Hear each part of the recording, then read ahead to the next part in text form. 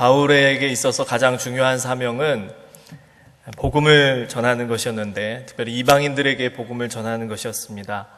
그런데 그에 못지않게 중요하게 여기면서 사역을 감당했던 것이 있었는데요. 그것은 어려움을 당한 교회들, 그들에게 도움을 주고자 교회들 간에 네트워킹을 하는 것이었습니다. 특별히 3차 전도여행 때 예루살렘 교회가 그 지역의 기근으로 인해서 어려움을 겪고 있었어요.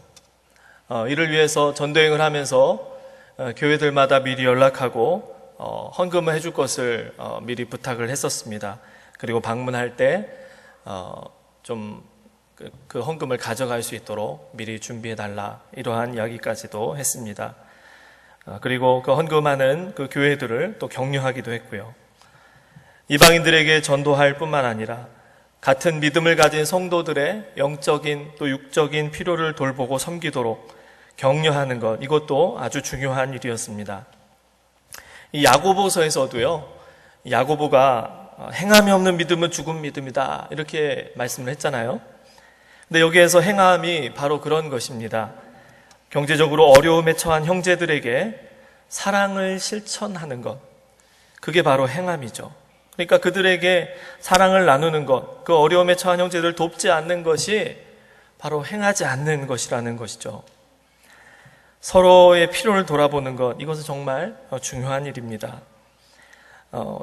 신앙적인 경건을 힘쓰는 그런 행함이 아니라 형제를 돌보아야 하는 행함, 이것은 정말로 중요한 일인 것이죠. 왜냐하면 이 서로의 필요를 돌아보는 것, 이것이 가능하려면요, 관심을 가져야 되거든요. 저 집에 무엇이 필요한지를 알려면 관심 있게 그 사람을, 그 가정을 생각하고 돌보지 않으면 불가능한 일입니다. 사랑의 반대는 그래서 무관심이라고 하지 않습니까? 관심을 갖는 것이 바로 사랑의 표현인 것입니다. 관심을 갖기 시작할 때 필요가 보이기 시작합니다. 교회는 품앗이를 하는 것이 아니죠. 누가 나한테 해줬으니까 나도 그에게 해주는 것, 물론 틀린 말이 아닙니다. 그런데 우리가 어려움에 처한 사람들을 돕는 것은 내가 받은 것이 있기 때문이고요. 그런데 그 어려움에 처한 그 사람에게 옛날에 받았던 것이 아니라 우리는 주님으로부터 넘치도록 받았기 때문에 나눌 수가 있는 것입니다. 주님은 만물의 주인이신 것을 믿습니다. 우리에게 모든 것을 공급해 주시는 분이신 것을 믿습니다. 내 힘으로 수고해서 얻었다고만 생각한다면 그때부터 우리는 교만해지기 시작하는 것이죠. 하나님의 도우심을 부인하는 것이기 때문입니다. 그래서 우리 그리스도인들은 하나님께 받은 것을 세상 가운데서 나누는 것, 그것을 사명으로 여겨야 되는 것이죠. 어제 특별히 장례식장을 다녀오면서 장로님들과 같은 차를 타고 오면서 이런저런 말씀을 주고받으시는 것을 들었습니다. 그러면서 참 큰 은혜를 받았어요. 성도들 간의 경조사가 많이 있는데 회원 중에 활동을 잘 안 하시는 분들, 쉽게 말하면 회비 안 내는 분들이죠. 그런 분들에게 경조사가 생겼을 때 어떻게 해야 되냐, 그런 분들 잘 챙겨야 된다, 이렇게 말씀하시는 것을 들었습니다. 옳으신 말씀이죠. 왜냐하면 그럴 때 그런 것이 기회가 돼서 그분들에게 다가가는 계기가 되는 것이죠.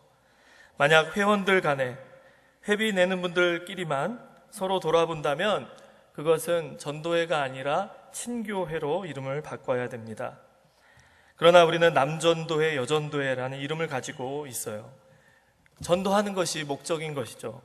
그 목적대로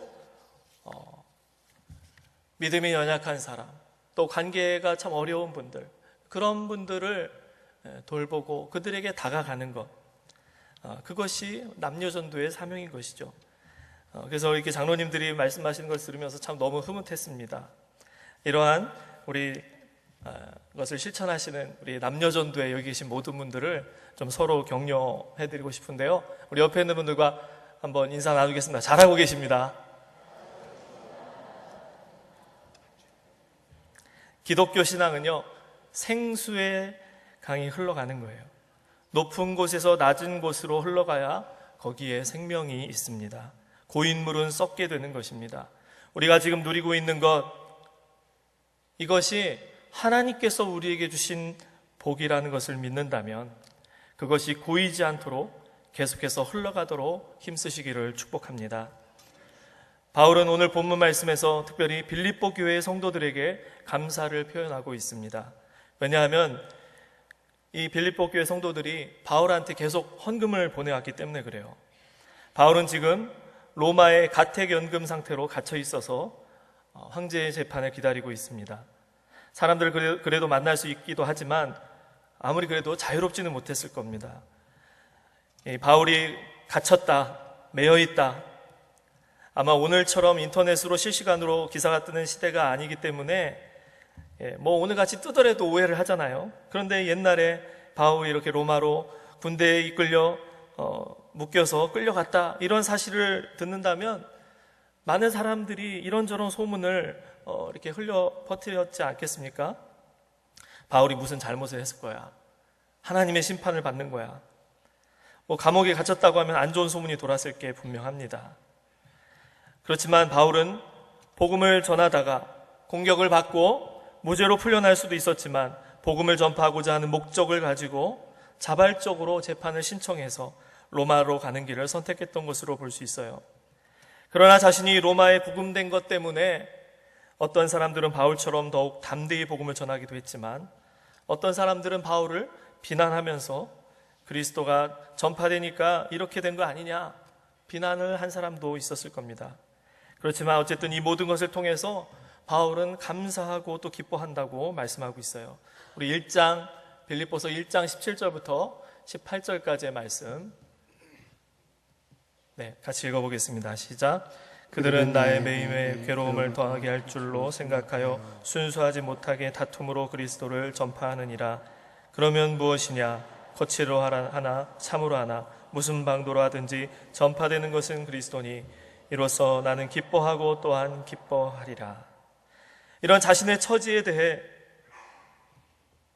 비난하는 사람도 있었지만 그러나 지지를 보낸 성도들도 있었을 겁니다. 특별히 관심을 가지고 바울을 지지했던 성도들이 있었는데 그게 바로 빌립보의 성도들이었다는 거예요. 빌립보 교회가 어떤 교회인지 아시죠?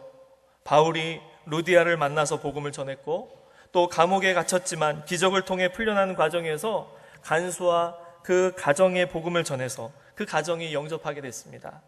거기서 나온 말씀이 주 예수를 믿으라, 그리하면 너와 내 집이 구원을 받으리라, 이 말씀이죠. 바울이 2차 전도여행 때 세운 교회가 빌립보 교회입니다.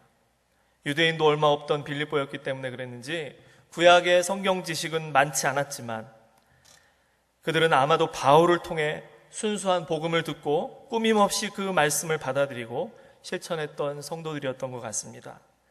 바울이 스스로 일을 하며 복음을 전한다는 것을 누구보다도 잘 알고 있었기 때문에 바울에게 이런 것이 필요할 것 같다, 아마 지속적으로 후원을 했을 겁니다. 그리고 빌립보에서도 감옥에 갔었잖아요. 뭐 잘못해서 갇힌 게 아니라 복음을 전하다가 그것 때문에 손해보는 사람들이 고자질해서 들어간 거였잖아요. 이 사정을 누구보다도 잘 아는 게 빌립보의 성도들이었을 거예요. 그래서 로마로 끌려간 것이 분명히 복음 때문에 그럴 것이다. 그래서 이런저런 많은 과정들을 알고 또 믿고 바울을 믿고 또 그래서 바울 편에서 생각해주고 바울을 변호했던 사람들이 바로 빌립보 교회 성도들이었을 거예요. 그래서 빌립보 성도들은 바울을 이해해주고 계속해서 후원을 했던 것입니다. 우리 4장 15절부터 16절 읽어보겠습니다. 시작. 빌립보 사람들아, 너희도 알거니와 복음의 시초에 내가 마게도냐를 떠날 때에 주고받는 내 일에 참여한 교회가 너희 외에 아무도 없었느니라. 데살로니가에 있을 때에도 너희가 한 번뿐 아니라 두 번이나 나의 쓸 것을 보내었도다. 바울은 이러한 빌립보 성도들의 헌신에 대해서 14절에서 이미 밝혔습니다. 너희가 내 괴로움에 함께 참여하였으니 잘하였도다. 이렇게 바울을 섬기고 헌신했던 것, 헌금을 한 번, 두 번 이렇게 계속해서 보내줬던 것이 바울이 겪었던 그 고난에 동참했다라는 고백이에요. 이러한 빌립보 성도들의 이 이 헌신이 얼마나 귀하게 여겼는지 다른 교회에도 이들의 헌신을 소개하고 있습니다.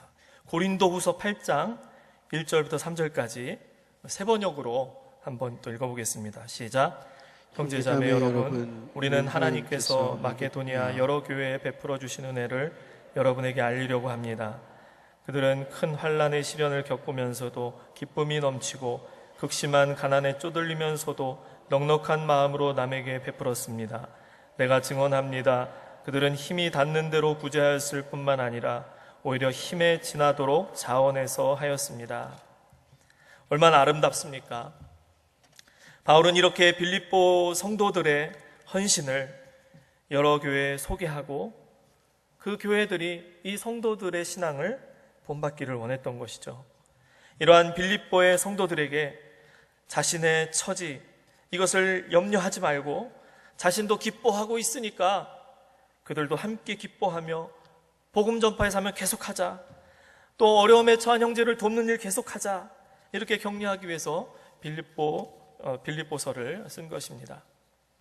바울은 이들의 섬김과 헌신으로 인해서 주님의 사역을 계속해서 잘 감당할 수 있었다고 고백하고 있어요. 특별히 물질적으로 어려움을 겪을 수도 있었지만 이들의 섬김으로 공급하시는 하나님을 경험했고 또 큰 격려를 얻으면서 사역을 감당했습니다. 우리 4장 18절 읽어보겠습니다. 시작. 내게는 모든 것이 있고 또 풍부한지라 에바브로디도 편에 너희가 준 것을 받음으로 내가 풍족하니 이는 받으실 만한 향기로운 제물이요 하나님을 기쁘시게 한 것이라.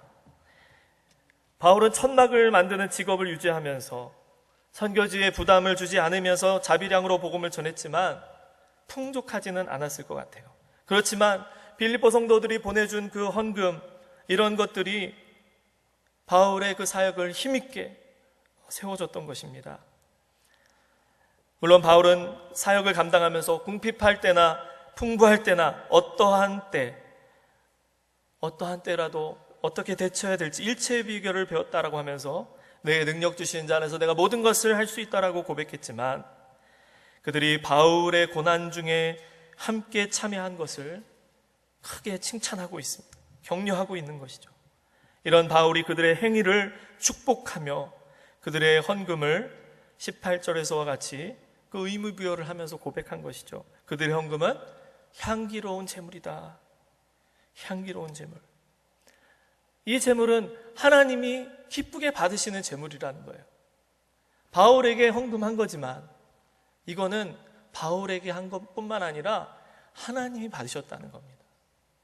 하나님의 사역이 지속되도록 하나님의 사역자를 격려했기 때문에 그런 것이죠. 하나님의 사역을 감당하는 길은 외로울 수 있습니다. 힘든 싸움을 해야 하는 길이죠. 그런데 빌립보 성도들의 헌금이 바울에게 격려가 되고 그 사명의 길을 더욱 힘있게 갈 수 있게 해줬다는 거예요. 우리 교회는 선교 헌금, 구제 헌금, 장학 헌금을 드리고 있습니다. 연초에 작정해서 드리기도 하고 때마다 감동을 주시는 대로 헌금을 하기도 합니다. 이 헌금들은 우리의 형제 자매들을 또 이웃들을 향하고 있습니다. 그런데 이 헌금들은 정말 헌금이에요. 하나님이 받으시는 향기로운 제물인 것이죠. 여러분 계속해서 이 헌금을 해나가시기를 격려하고 축복합니다. 선교 헌금은요, 말 그대로 선교사님들을 위한 헌금이죠. 바울과 같은 선교사님들이 이국 땅에서 다른 문화, 다른 언어를 가진 사람들 사이에서 복음을 전하게 하는 것입니다. 이건 쉽지 않은데요. 고국 땅에서 보내주는 그 헌금이 입금된 것을 볼 때 격려를 받을 것 같아요. 야, 내가 이 사명 계속 감당해야 되는구나. 계속 감당해야 되는구나. 힘을 얻을 것 같습니다. 구제헌금도 같은 맥락일 것 같아요. 요즘 삶이 많이 힘들잖아요. 경제적으로 더 어려워져 가고 있습니다. 어려우신 분들이 참 많아가고 있어요. 자살률 세계 1위라는 불명예를 우리나라가 가지고 있습니다. 특별히 경제적 이유로 삶을 포기하려는 분들, 그런 분들이 구제금을 통해서 알게 되는 거예요. 아, 내가 살아야 되겠구나. 그래도 살아야 되겠구나. 그분들에게 신앙이 있다면 아, 하나님이 나를 먹이시는구나. 그래도 내가 이러한 처지에 있는 것을 알고 하나님 공급해 주시는구나. 여러분, 사는 게 사명이죠. 그 사명을 지속할 수 있도록 격려하는 것이 구제 헌금인 것입니다. 아, 하나님이 나를 일으켜 주시는구나. 포기해서는 안 되겠구나. 장학 헌금도 마찬가지인 것입니다. 저는 이 세 가지 헌금들이 하나님이 맡기신 사명을 이 세상에서 감당하는데 그 감당하는 그 사람을 힘을 주고 격려해주는 귀한 역할을 감당한다고 믿습니다.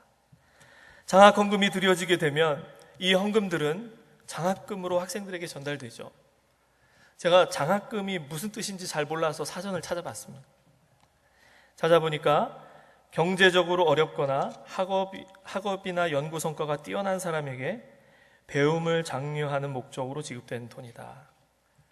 장려하다는 말이 제가 정확하게 몰라서 또 찾아봤는데요. 좋은 일을 힘쓰도록 권하여 북돋아 주다. 그러니까 배우는 일에 힘쓰도록 권하고 북돋아 주기 위해서 하는 것이 장학금이라는 것이죠. 우리 학생들의 사명이 무엇입니까? 물론 우리 아이들도 복음을 전하는 것이 가장 우선적인 사명인 줄로 믿습니다. 그런데 학생 시절에 우리 아이들에게 중요한 사명, 하나님께서 맡기신 중요한 사명이 있다면 그건 바로 배움의 길을 계속해서 가는 것이죠. 제가 1990년도가 중3이었습니다. 우리 천안 성결교회가 막 기초공사하고 막 이렇게 건물이 올라갈 때 제가 이 옆에 북중에서 3학년을 보내고 있었어요. 아, 왜 학교 옆에다가 이렇게 교회를 져가지고 왜 그늘은 아니지만 이렇게 시야를 가리고 그러는지 좀 이렇게 속으로 생각했었는데 제가 이 교회를 부임할 줄 몰랐습니다. 그런데요, 중3 때 1992년 10월 28일에 주님이 오신다는, 그래서 되게 고민이 많았습니다. 나 아직 중3인데 결혼도 해야 되는데 주님이 너무 빨리 오시는 거 아닌가. 그리고 제가 가고 싶은 고등학교가 있었는데 그 학교에는 기숙사 생활을 해야 되고 교회를 자유롭게 갈 수 없는 그러한 상황이라는 것을 알고 있었습니다. 그냥 천안에 남아서 신앙생활 열심히 하면서 전도하면서 주님 오시는 날을 예비할까, 아니면 공부해야 될까. 그러다가 학교를 결정하면서 그렇게 결정을 했어요. 아, 학생으로서 공부하는 게 사명 아닐까. 왜냐하면 그때 막 말씀을 읽으면서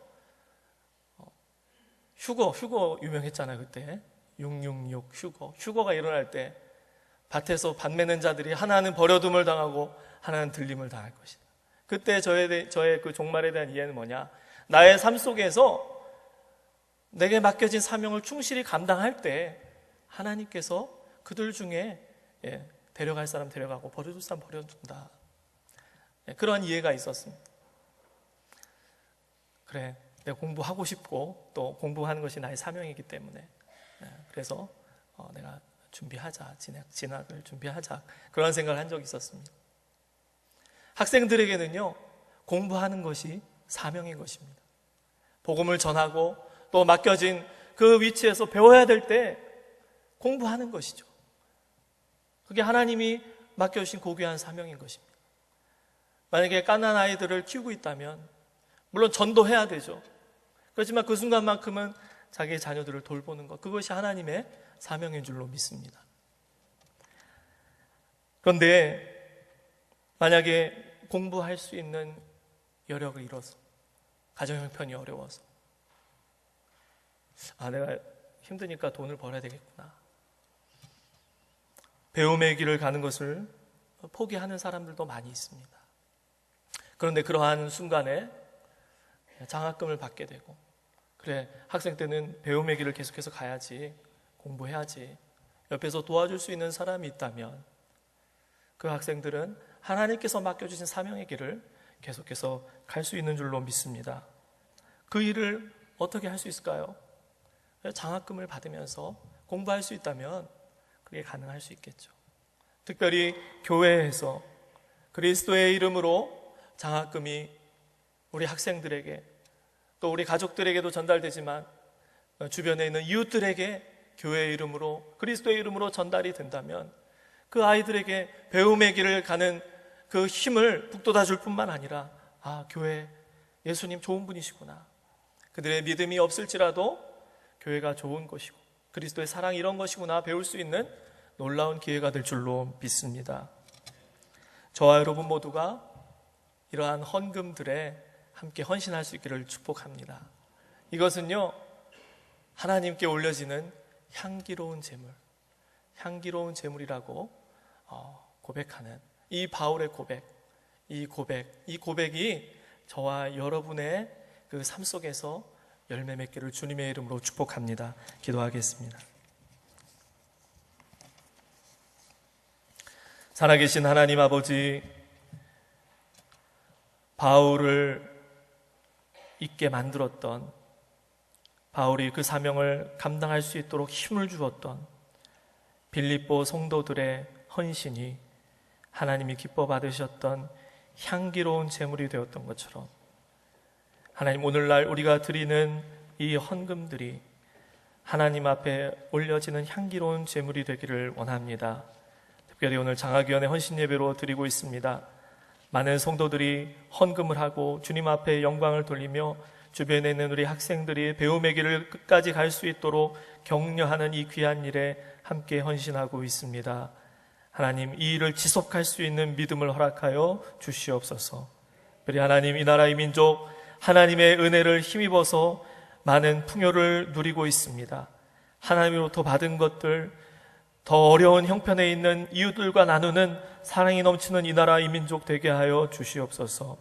한국교회에 복 주셔서 주님, 이 시대에 정말 향기로운 제물을 드리는 이 나라 이 민족의 한국교회가 되게 하여 주시옵소서. 특별히 우리 교회에 하나님, 이 시대에 이 지역 가운데 귀한 사명을 맡겨주신 줄로 믿습니다. 이 지역에 있는 수많은 영혼들 정말 구제하고 구원하고 또 장학금을 통해서 학생들을 세우고 선교원금을 통하여 선교사들을 세우고 온 땅에 복음을 전파하는 이 귀한 일에 계속해서 헌신할 수 있는 우리 놀라운 교회가 되게 하여 주시옵소서. 이 일을 위해서 세우신 담임 목사님에게 성령의 충만한 은혜와 능력을 갑절로 도와주셔서 이 시대에 우리 교회를 통하여 이 세상 가운데 하시고자 하시는 놀라운 뜻을 주님 온전히 깨닫고 더욱더 귀하게 기름 부음 바 되어 사명 감당케 하시고 우리 모든 직분자들 이 부르심과 비전에 함께 헌신하여 쓰임받도록 향기로운 제물이 되도록 인도해 주시옵소서. 그리 장학위원회에 섬기고 있는 우리 귀한 분들, 장학헌금을 드리는 모든 분들, 하나님 그 마음을 주님 기뻐 받아주시고 주님 기도함으로써 헌금함으로써 하나님이 맡기신 이 세대 가운데 정말 일으키기를 원하시는 학생들에게 힘을 불어 넣어줄 수 있는 귀한 사역 계속 감당하게 도와 주시옵소서. 예수님의 이름으로 기도드립니다. 아멘.